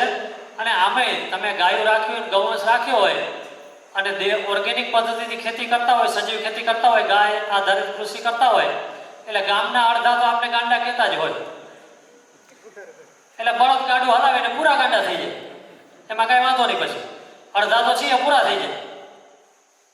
એટલે એક તો પેટ્રોલ ડીઝલની બચત થાય, પર્યાવરણની બચત થાય, ક્યાંય પણ પરિવહનમાં કામ આવે, એક પરિવાર સચવાઈ જાય. બીજું બળદની જો પોતાનું કામ છે, જે પરમપિતા પરમેશ્વરે એને જે કામ દીધું છે એ કામમાં એ પોતે સચવાઈ જાય.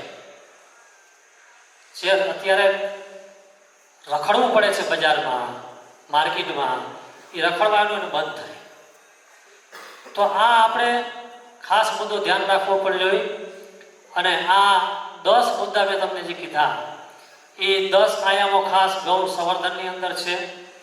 આ 10 આયામોનો જો આપણે ખ્યાલ રાખવામાં આવે તો ઉત્તમ સંતતિ પેદા થાય, ઉત્તમ સંવર્ધન થાય, ઉત્તમ દૂધ ઉત્પાદન થાય અને ઉત્તમ ક્વોલિટીની ગૌ માતા થાય. જો ઉત્તમ ક્વોલિટીની ગૌ માતા હોય તો એની દૂધ દેવાની ક્ષમતા લાંબા સમય સુધી ચાલે, લાંબા સમય સુધી ચાલે. અને બીજું એને જન્મ દેવાની ક્ષમતા પણ લાંબા સમય સુધી ચાલશે. જોતું પણ એ ક્વોન્ટિટી કરતા એની જે લંબાઈ છે ને એ વધારે હોવી જોઈએ. ગૌ માતા 6 મહિના સુધી દૂધ દે એ કોઈ ખેડૂતને ન પોસાય, પણ 8 થી 9 મહિના 10 મહિના સુધી દૂધ દે ને એ ગૌ માતા બધાને પોસાય.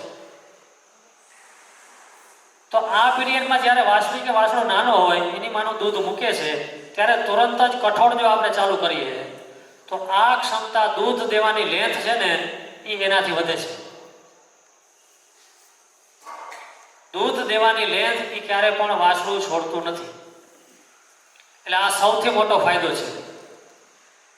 એટલે વાછડી વાછડાને દૂધ મૂક્યા ભેગું એને કઠોળ ચાલુ કરવું આ ખાસ મુદ્દો છે. આ 10 મુદ્દા મેં તમને સમજાવ્યા. અત્રે જે અમારા 10 મુદ્દા પૂરા થાય ગૌ સંવર્ધનના.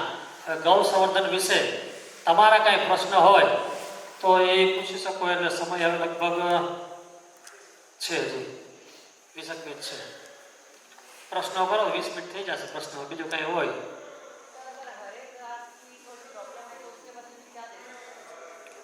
रेगुलर हरा घास नहीं मिलता है, या तो मार्केट से लाना चाहिए. हरा घास सबसे ज़्यादा जो जरूर पड़ता है वो गर्मी के सीजन में. गर्मी के सीजन में सबसे ज़्यादा हरा घास चाहिए. बारिश की सीजन में हरा घास नहीं चाहिए, क्योंकि बारिश के सीजन में क्या होता है, भेज होता है, वातावरण जो है वो पानी वाला होता है. कर दी दो तो ये घઉં છે ને ડાયજેસ્ટ નહીં થાય. ગાયને ડાયજેશન નહીં થાય એના કારણે આંતરડામાં ચોંટી જશે. આંતરડામાં ચોંટી જવાથી એ ખુલી નહીં શકે, ખાવાનું બંધ કરી દેશે. 5-6 દિવસ સુધી તમને નહીં સમજાય, ડૉક્ટરને નહીં સમજાય. અને 10 થી 12 દિવસ પછી ગૌ માતા દેવલોક થઈ જશે. ઘઉંનો ભૂલે ચૂકે ક્યાંય ઉપયોગ ન કરતા. ઉપયોગ કરો તો આ પ્રમાણે કરજો. બાફીને 10 કિલોની પાછળ 500 ગ્રામ, એનાથી વધારે નહીં. હા, ભરડો કરીને, દળેલ નહીં, ભરડો ટુકડા. કોઈ પણ ધાન્ય તમે આપો, કઠોળ ને ધાન્ય એ બધા ટુકડામાં આપવાનું. ભરડો કરીને 4-5 ટુકડા થઈ જાય પછી એને બાફીને પછી તમે આપી શકો. ગુવાર ભરડો કરવો પડે. ગમ ગુવાર હે ઘઉંનું પરાળ ખવડાવો, પણ ઘઉંનું પરાળ મિક્સ કરીને જ આપવાનું. મેં તમને આજે પદ્ધતિ કીધી, એ પદ્ધતિમાં ઘઉંનું પરાળ મિક્સ કરી નાખવાનું. નકરું ઘઉંનું પરાળ પણ નહીં ચાલે. આજે ખાણદાણ છે એ ખાણદાણ ઓછું આપવું પડે, એની સાથે ઘઉંનું પરાળ મિક્સ કરી, ભૂસાની બદલે ઘઉંનું પરાળ મિક્સ કરી નાખવાનું. એટલે ઘઉંના પરાળનો પૂરેપૂરો આખો વર્ષ એમાં જ ઉપયોગ કરવો, એનો ભૂકો બનાવી નાખવો, અને આખો વર્ષ જે જવ ગુવાર કપાસિયા આપીએ છીએ એની સાથે એનું ભૂસું મિક્સ કરીને આપવાનું. એટલા માટે નકરું ઘઉંનું પરાળ નહીં ચાલે. અથવા તો ઘઉંનું પરાળ વધારે છે તમારી પાસે, તો લીલો ચરો તમે જ્યારે ખવડાવો છો ત્યારે એની સાથે 30 થી 40% મિક્સ કરીને ખવડાવી શકો છો. લીલો ચરો કોઈ પણ એ કટિંગ કરી નાખવાનો, કટિંગ કરી અને 30 થી 40% સુધી ઘઉંનું પરાળ એમાં મિક્સ કરીને સૂકું ખવડાવી શકો છો. મગફળીના ચરા સાથે ખવડાવો. મગફળીનો ચરો પણ એકચ્યુઅલ તો લીલા ચરાની સાથે મિક્સ કરીને જ ખવડાવવાનો છે. મગફળીનો ચરો જે છે એ પણ એની સાથે જુવાર જોઈએ. મગફળી હકીકતમાં આમ ગરમ છે, મગફળી છે ને ગરમ છે, એટલે મગફળી તમારે ખવડાવી હોય ને ત્યારે એની અંદર 30% મિનિમમ જુવાર જોઈએ, કટિંગ કરેલી 30% જુવાર અને મગફળી, એ બંને તમે આપશો ને પછી તમે દૂધની માત્રા જોઈ લેજો કેટલી આવે છે. તરત જ દૂધની માત્રામાં ફરક આવી જશે. કારણ કે નકરો જ્યારે મગફળીનો તમે ચરો આપો છો ને ત્યારે ગરમ લાગે છે, અને ગરમ લાગવાથી વારંવાર ગરમ ખોરાક કોઈ પણ ગૌ માતાને નહીં આપવાનો. જેવો ગરમ ખોરાક તમે આપશો એટલે એનું ગર્ભાશય ગરમ થશે, ગર્ભાશય ગરમ થશે એટલે વારંવાર ગૌ માતા ઉછલો મારશે, તરત જ ફલિનીકરણ નહીં થાય અને વિયાણનો ટાઈમ લંબાઈ જશે. વિયાણનો ટાઈમ જેમ લંબાશે ને એમ ગૌ માતા રાખવી આપણે પોસાશે નહીં. એક બે ગાય હોય તો ખેડૂતને પોસાય કે ભાઈ ત્યાંથી જેનો ચરો થઈ જાય છે વાંધો ના આવે, પણ હકીકતમાં ગૌ માતાને છે ને 21 દિવસથી લઈ અને 45 દિવસની અંદર ગરમીમાં આવી જાય. પહેલી જ વખતમાં ગૌ માતાનું ફલિનીકરણ થઈ જવું જોઈએ. ન થાય મતલબ કે એની અંદર કંઈક ને કંઈક સમસ્યા છે, એટલે તરત જ એને સત્તાવારી ચાલુ કરી દેવાની. સત્તાવારી આપો એટલે એના લેવલમાં આવી જશે. પણ પછી ખોરાક કંટ્રોલિંગ તો તમારે રાખવાનો જ છે. ગરમ ખોરાક શરીરમાં ન જાય એનું ખાસ ધ્યાન રાખવું. શું કહેતા હતા? બગાડ પાડવા માટે તરત વિયા પછી બાજરી આપે તો યોગ કહેવાય કે ના કહેવાય? યોગ છે. બાજરી બાફેલી ગોળ બાફીને અને તેલ, બાજરી બાફેલી હોય ગર્ભાશયને નુકસાન ના કરે? ના ત્યારે ન કરે, ત્યારે તો ગર્ભાશયને ચોખ્ખું જ કરવાનું હોય. એક બે દિવસ 2 દિવસ આપવાની હોય. 2 દિવસમાં સંપૂર્ણ ગર્ભાશય સાફ થઈ જાય. સૂકા ચરામાં ચાલે. કટિંગ કરીને બાજરીનો ચરો ચાલે, પણ બને ત્યાં સુધી એને મિક્સમાં આપવો, મકાઈ અથવા જુવારની સાથે. બાજરીનો ચરો બહુ સારો, પણ જુવાર ને મકાઈની સાથે અતિ ઉત્તમ. હા, કેમાં ગૌ માતાને જાસૂદનું ફૂલ ના? અચ્છા, હા, આપણે બગાડ પાડવા માટે આપી શકો, રેગ્યુલર નથી આપવાનું.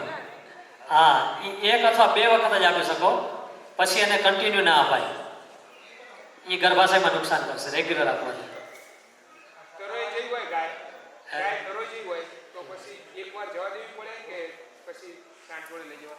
એકવાર તરોઈ જઈ હા, પછી એકવાર ગરમીમાં જવા દેવી પડે? ના, જવા ન દેવાય. લઈ જવાય. જો કુદરતની સાયકલ છે ને એ સંપૂર્ણ વૈજ્ઞાનિક છે. ભારતની પરંપરાગત વ્યવસ્થાઓ જેટલી પણ છે ને એ વૈજ્ઞાનિક છે. એ વ્યવસ્થાને આપણે ભૂલી ગયા છે.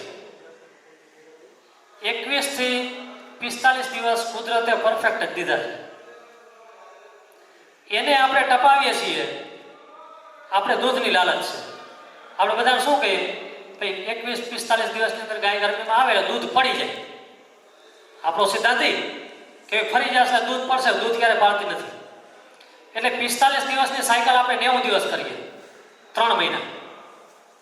જેવી પહેલી સાયકલ તમે ખતમ કરશો ને બીજી સાયકલમાં એનું ડિસ્ટર્બન્સ ઊભું થવાનું ચાલુ થઈ જશે. ગાય સક્ષમ હશે તો તો 90 દિવસે ફરી જશે. સક્ષમ નહીં હોય પાછી 30 દિવસે 45 દિવસ જવા દેશે.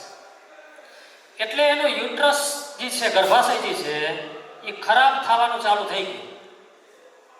સામાન્ય સિદ્ધાંતો તમને સમજાવું, સાવ સામાન્ય. રોટલી કરવા માટે આપણે લોખંડની તાવડી ચૂલા ઉપર ચડાવીએ, માઇનર ટેમ્પરેચર હોય, ધીમા તાપે ચૂલા ઉપર તાવડી ચડી ગઈ, એ ગરમ થાય એટલે આપણે રોટલી નાખીએ, રોટલી છોડીને ઉતાર લઈને બીજી રોટલી મૂકીએ, રોટલીનું કામ પૂરું થઈ જાય ચૂલો બંધ કરી દઈએ. એક પણ રોટલી ન બળે, એક પણ તવી હોય ખરાબ ન થાય. એ જ તવીમાં તમારે રોટલી નહીં મૂકવાની. જે 20 મિનિટ સુધી તમે રોટલી કરી હતી એ જ તવીમાં રોટલી નહીં મૂકવાની, કાંઈ નહીં મૂકવાનું, ખાલી તવી એમ રાખવાની.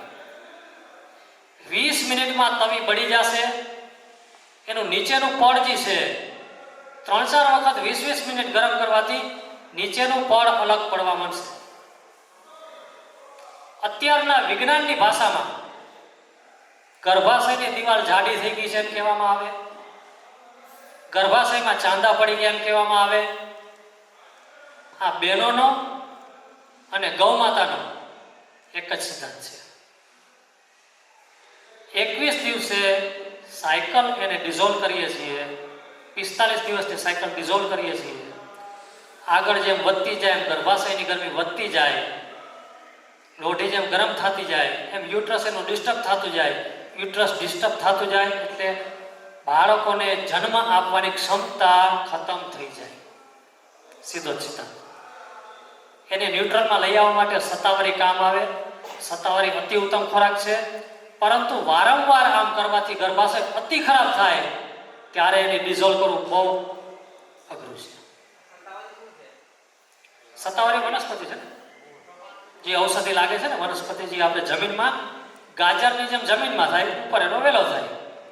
જમીનના મૂળિયા કાઢીને એના મૂળિયા પીસી, સાવ પાતળા હોય, પીસી અને ગૌ માતાને ખવડાવવાનું. રોજની જે માત્રા છે 1 ચમચી સવારે 1 ચમચી સાંજે ખાંડની સાથે, જે પણ ખાંડ દેતા હોય એની સાથે.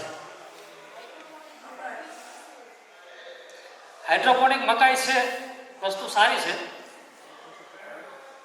ક્વોન્ટિટીમાં ગૌ માતા હોય એને આ બધું કરવું પડે, કારણ કે આપણે આપણા વિજ્ઞાન અને સિદ્ધાંતથી વિરુદ્ધ ગયા.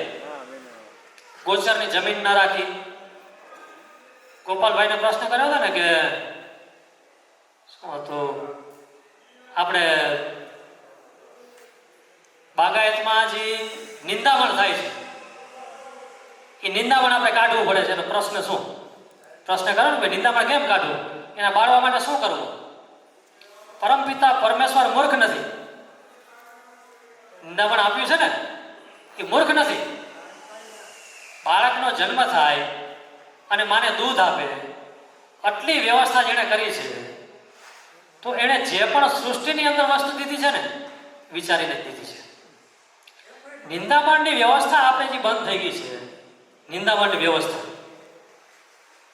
2 ક્યારામાં વચ્ચે જે નિંદામણ થાય છે ને, એ આપણી મા ને બાપ સવારે ખેતરે જતા, એ નિંદામણ કાઢીને આવતા, એનાથી આપણી સંપૂર્ણ ગૌવંશ ટકતો. 1 રૂપિયાનો ખર્ચ નહોતો. અત્યારે સવારે 9 વાગે કે 10 વાગે હું હોન્ડામાં જાઉં છું, 11 વાગે ખેતરેથી પાછો આવું છું, ચોરા ઉપર 135 ચોરીને ખાઉં છું, પછી ઘરે જાઉં છું, રોટલો ખાઈ મોબાઈલમાં 2 ક્લિપ જોઈને સૂઈ જાઉં છું, 4 વાગે પાછો ખેતરે ચક્કર મારવા જાઉં છું, ચાય પીને ત્યાં 135 ઘસીને ખાઈ લઉં છું, પાછો 6 વાગે ઘરે આવી અને પંચાયતમાં બેઠા બેઠા ચોરે વિચાર કરું છું કે નરેન્દ્ર મોદી સાહેબે આ બરાબર નથી કર્યું, મનમોહન સિંહે આ ખોટો નિર્ણય લીધો, આપણે કાંઈ કરવું નથી, ગામને સલાહ દેવી. આ ક્યાં સિદ્ધાંત છે? સંપૂર્ણપણે આપણે એની અંદર ઉતરી જાય પછી આ બધું કરીએ એટલે આપણે મૂળ વાતમાં આવી જાય. બેને જેમ પ્રશ્ન કર્યો હાઇડ્રોપોનિક્સ. હાઇડ્રોપોનિક્સ છે ને યુરોપમાં ચાલે, ભારતમાં ન ચાલે. જ્યાં સંપૂર્ણ વાતાવરણ -ડિગ્રીમાં છે. આપણું વાતાવરણ -ડિગ્રીમાં નથી, પ્લસમાં છે. એના કારણે ફંગસના સૌથી વધારે પ્રશ્ન આવે. હાઇડ્રોપોનિક્સ તમે વાવો ને એટલે ફંગસના સૌથી વધારે પ્રશ્ન આવે. ફંગસવાળું હાઇડ્રોપોનિક્સ જો ગૌમાતા ખાઈ લઈએ તો એની બીમારી અલગ પેદા થાય. એટલે આપણે ભારતમાં વાયબલ જ નથી. ઘણા બધા આવી ગયા છે, વેપાર કરવા માટે આવી ગયા છે, પણ એમાં આપણેનો કોઈ વિરોધ નથી. પણ ભારતની આ વસ્તુ નથી. પશ્ચિમની દ્રષ્ટિથી જોઈ પશ્ચિમનું અનુકરણ કરી આપણે ન ચાલી શકીએ. ચપોચપ કપડાં પશ્ચિમવાળા પહેરી શકે, આપણે ન પહેરી શકીએ. આપણે ખુલ્લા કપડાં જ જોઈએ. ભારતનો સિદ્ધાંત શું છે, ભારતની જીવન વ્યવસ્થા શું છે, આપણી પ્રકૃતિ શું છે, એને આપણે જાણવું નથી, એને આપણે માણવી નથી. વિદેશી ટેકનોલોજીનો સીધો ઉપયોગ કરી લેવો. એનાથી નુકસાન શું થાય છે એ આપણા માટે વાયબલ શું કામ નથી, એ કાંઈ વિચારવા તૈયાર જ નથી. યુરોપ આપણી ટેકનોલોજી શું કામ અપનાવે? કારણ કે એની અંદર બધા ફાયદા છે. એ 50 વર્ષ એના ઉપર સંશોધન કરે અને પછી અપનાવે.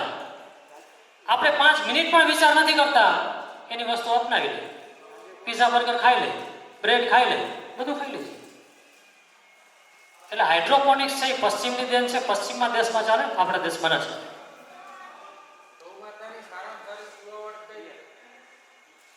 સારામાં સારી ગૌ માતાને શું આવતો હજી પોતા ખોરાક ને ખોરાક મેં તમને દીધો. આ બધા એના માટે જ છે.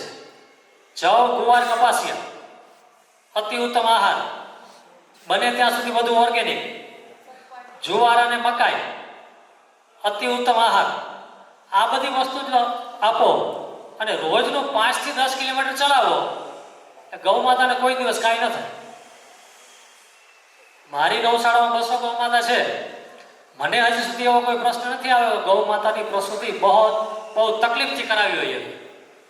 કારણ કે ખોરાક જ એવો આવે છે. રોજ જંગલમાં ચરવા નથી, મારી પાસે જંગલ જ નથી. તોય 5 કિલોમીટર ચરવા જાય, ખાલી એમનો ચક્કર મારવા જાય, પછી આવીને મારે ત્યાં ખાય. કરવું જ પડે, નહીં તો ડાયજેશન ન થાય. યુટ્રસની ફ્લેક્સિબિલિટી ડેવલપ થવી જોઈએ. કઈ રીતે થાય? ગાયોની યુટ્રસની ફ્લેક્સિબિલિટી ડેવલપ કઈ રીતે થાય? ઇલાસ્ટિસિટી ડેવલપ થવી જોઈએ. એ ચાલવાથી થાય. બહેનો મહેનત કરવાથી થાય. ચક્કી હલાવે, પોતા કરે, નીચે બેસીને રોટલી વણે. બધા સિદ્ધાંતો કયો માતામાં આવી ગયા અને બહેનોમાં આવી ગયા. પશ્ચિમે પ્લેટફોર્મ દીધું, પ્લેટફોર્મ ઉપર ઉભા રસોઈ કરીએ. તો આ મૂળ સિદ્ધાંતોને આપણે વિપરીત કરી નાખ્યા. મૂળ સિદ્ધાંતોમાં પાછા આવી 5 કરોડ રૂપિયા હું કમાઉં છું વર્ષે, સમજી લ્યો, કે 25 કરોડ કમાઉં છું. શરીરનું સુખ નથી, રૂપિયા શું કામ? શરીરનું સુખ નથી, દર મહિને જઈને નવો ડોક્ટર ગોતું છું, એ રૂપિયા શું કામ? રાત્રે ઊંઘ નથી આવતી, રૂપિયા શું કામ?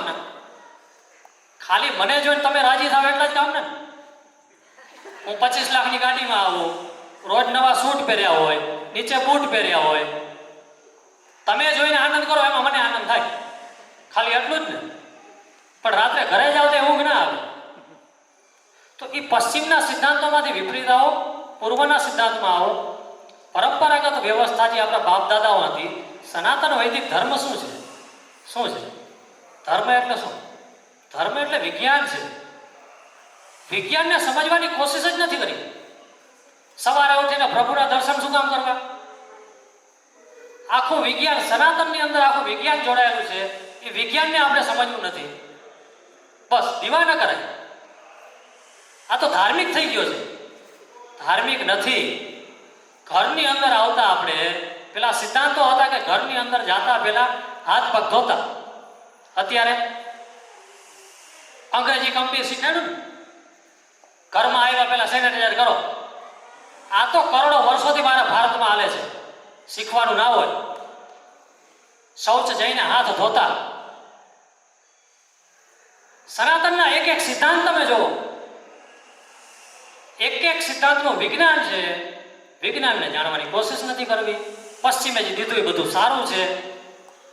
કેમ સૂવું, કેમ ઉઠવું, કેમ બેસવું, શું ખાવું, કઈ રીતે ખાવું, ક્યાં ખાવું, કોઈ સિદ્ધાંત નથી. સમય ખૂબ જ ઓછો છે અને આગળ આવી જશે. બીજો કઈ પ્રશ્ન હોય તો?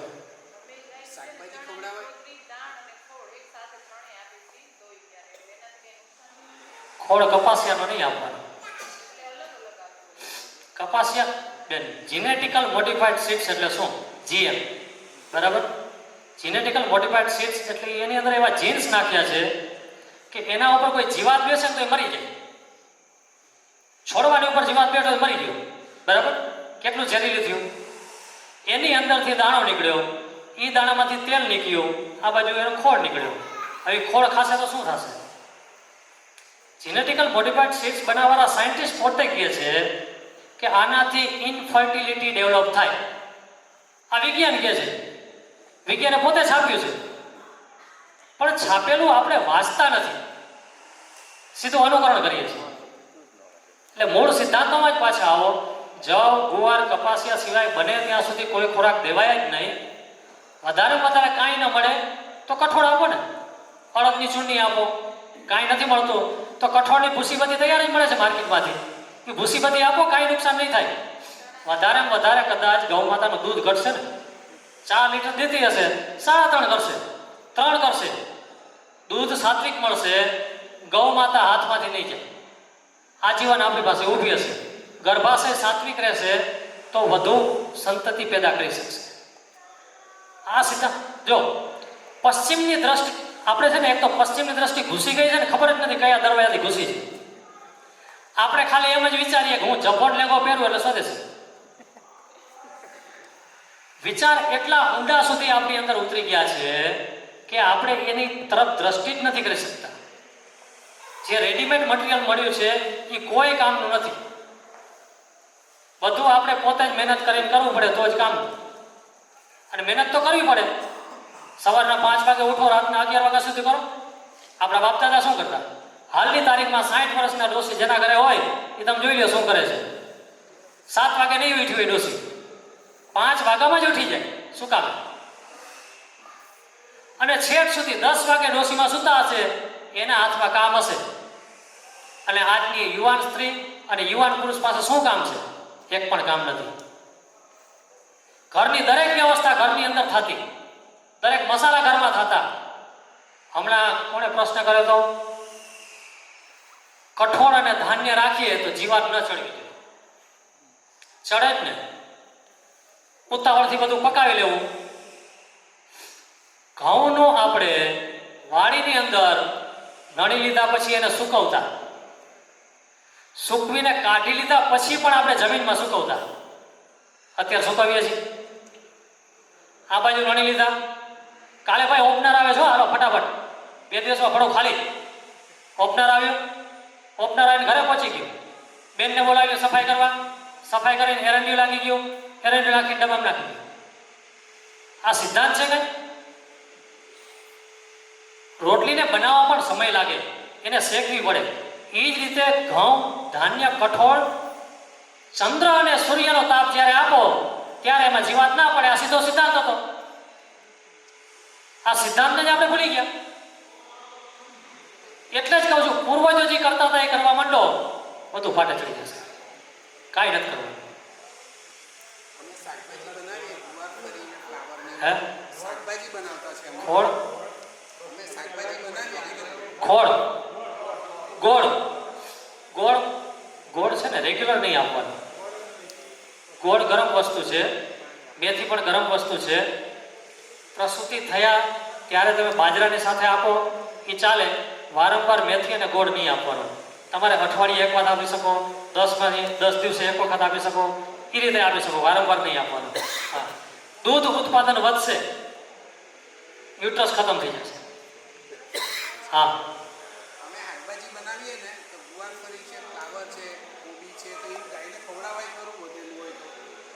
ખવડાવે પણ ધ્યાન રાખવાનું કે યુરિયા, ડીએપી, પેસ્ટિસાઇડ છાંટેલ ના હોય. શાકભાજી જેટલા પણ વાવો છો ને એનું જે કટિંગ વધે છે ને એ ગૌ માતા માટે ઉત્તમ આહાર છે. ડાયરેક્ટ શાકભાજી પણ આપો અને એની વનસ્પતિ પણ આપો, એમાં કોઈ વાંધો નથી. સિઝન પ્રમાણે. હા,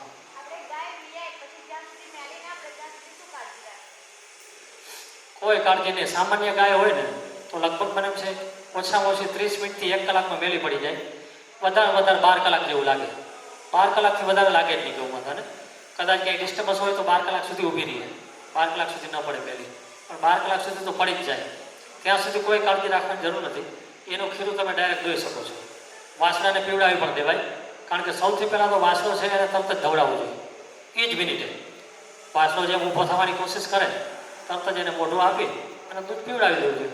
બાકીનું દૂધ વધે એ પૂરેપૂરું 100% ન ધોવાય, પણ થોડું ધોઈ લેવું જોઈએ, એટલે એનું આવ છે એ શાંત થઈ જાય. અને વાસણાને દિવસમાં 3 વખત આપણે એને ધોવડાવવું જોઈએ. 3 વખત તો જ્યારે જન્મ થાય ત્યારે તો 3 વખત દૂધ દેવું જ જોઈએ.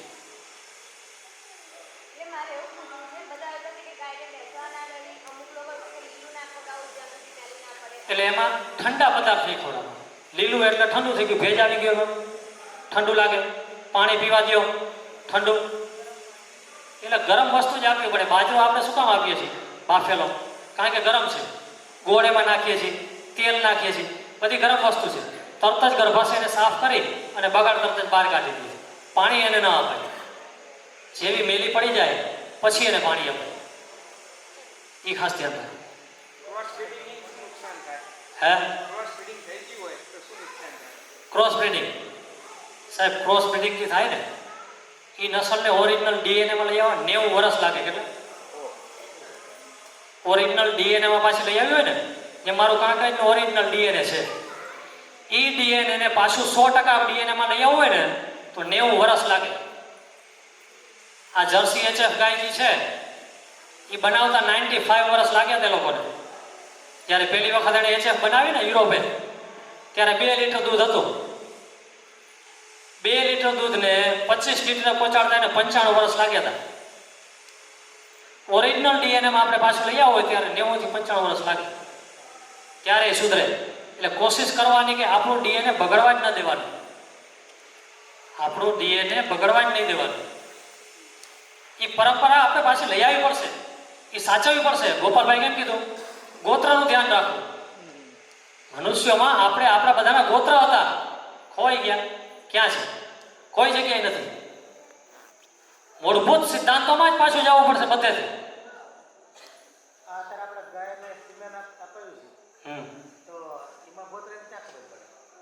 સિમેન્ટ પદ્ધતિ જ ખોટી છે. સિમેન્ટ પદ્ધતિ ખોટી છે. જે ગાયને તમે સિમેન્ટ આપશો એ ગાય 5 વેતર 6 વેતર પછી વિયાણ નહીં આપે નેચરલી. કારણ કે કેટલી વખત ફેલ જાય છે, કોઈ દિવસ ટકતું નથી. આર્ટિફિશિયલ ઇન્સેમિનેશન જે છે એ બહુ ખતરનાક વસ્તુ છે. ગર્ભાશયને ખૂબ જ રીતે ડેમેજ કરે છે અને થવું જ ના જોઈએ. નેચરલ રીતે જ થવું જોઈએ. ભારતની અંદર તો બધી વ્યવસ્થા છે. યુરોપમાં જઈને વાત કરું ઇન્સેમિનેશનની તો બરાબર છે. ભારતમાં બેઠો છું, કરોડોનો ગૌવંશ છે અને હું ઇન્સેમિનેશનની વાત કરું? ખોટી વાત છે. ગામની અંદર ગ્રામ સભાએ એવી વ્યવસ્થા કરવી જોઈએ, ગૌસેવાની ટીમે એવી વ્યવસ્થા કરવી જોઈએ કે આપણા ગામમાં આપણી ક્વોલિટીનો ઓરિજિનલ જે છે ગીર છે તો ગીરનો ઓરિજિનલ ધણકૂટ હોવો જોઈએ, કાંકરેજ છે તો કાંકરેજનો ધણકૂટ હોવો જોઈએ. એ વ્યવસ્થા તો આપણે કરી શકીએ ને. ગામ એટલું ન કરી શકે? ગામની જવાબદારી શું? ગામની જવાબદારી પર બધી ભૂલી ગયા. 1947 પછી દેશ આઝાદ થયો પછી બધી જવાબદારી નીકળી ગઈ. ગૌશાળાની જવાબદારી નીકળી ગઈ, ગોચરની જવાબદારી નીકળી ગઈ, ગામના રોડ રસ્તાની જવાબદારી નીકળી ગઈ, તળાવની જવાબદારી નીકળી ગઈ.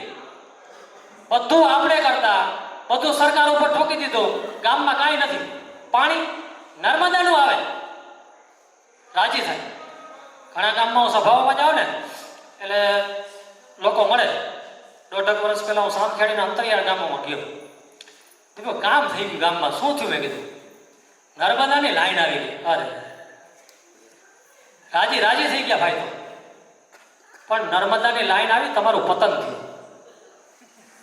તમે તમારી વ્યવસ્થા કાંઈ ઊભી કરી નથી શકતા. ગામની પોતાની વ્યવસ્થા ગામ પોતે ઊભું ન કરે અને બીજા ઉપર આધારિત રહે. નર્મદાનો વાલ બંધ થઈ જાય, શું કરી લેશો તમે? ભારતીય પરંપરાગત વ્યવસ્થા ડિસેન્ટ્રલાઇઝેશન સિસ્ટમથી જ છે. પોતાની વ્યવસ્થા પોતે ઊભી કરવાની આ પદ્ધતિ ભારતની છે. એટલે આપણે જ આપણી વ્યવસ્થા ઊભી કરવી પડે. બીજું કોઈ કરી ન આપે અને આપણે જ કરવી જોઈએ. કેમાં ગરમીમાં આવે ત્યારે જ એ જ વાત કરીને 21 થી 45 દિવસ. 21 થી 45 બીજદાન કરવાનું ને, 21 થી 45 દિવસ ગરમીમાં આવે તરત જ બીજદાન કરવું જ નહીં. પણ ભાઈ બીજદાનને ભૂલી જાઓ, યુરોપનો નંબર છે, આપણો નથી. ભારતમાં પાછા આવો. A1 મિલ્ક, A2 મિલ્ક, બીજદાન, આ બધા શબ્દો યુરોપના છે. પશ્ચિમ એટલું બધું મગજમાં કરી ગયું છે ને, એને સંપૂર્ણ રીતે કાઢવાની જરૂર છે. આપણે સંપૂર્ણ ભારતીયતામાં આવો અને સારો ખૂટ ક્યાંકથી ગોતી આવો. ગોપાલભાઈ ગામે ગામ મફતમાં આખલા આપે છે. લેવા જવાની તમારી ક્ષમતા નથી. એટલી તો ક્ષમતા હોય ને, ગાડી કરીને આપણે જાય લઈ આવીએ, બુકિંગ કરાવીએ. નિષ્ક્રિય થઈ ગયા છીએ.